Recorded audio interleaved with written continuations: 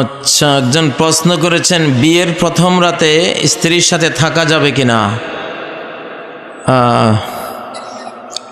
মানুষের জ্ঞান যে এত কমে গেছে।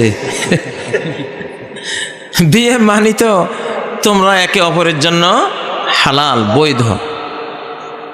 তো তার সাথে তোমার থাকা, তার সাথে দাম্পত্য সম্পর্ক রচনা করা, তার সাথে দেখা সাক্ষাৎ, সবই তো তোমার জন্য এখন ইবাদত।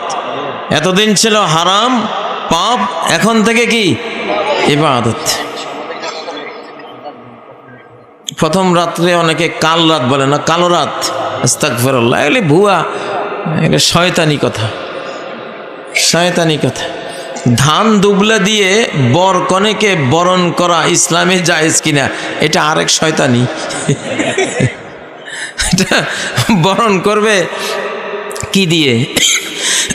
আল্লাহ বলেছেন আনতাবতাগু বিআমওয়ালিকুম, কনেকে বরণ করবে মোহরানা দিয়ে, সাজ গোজ দিয়ে, তাই না?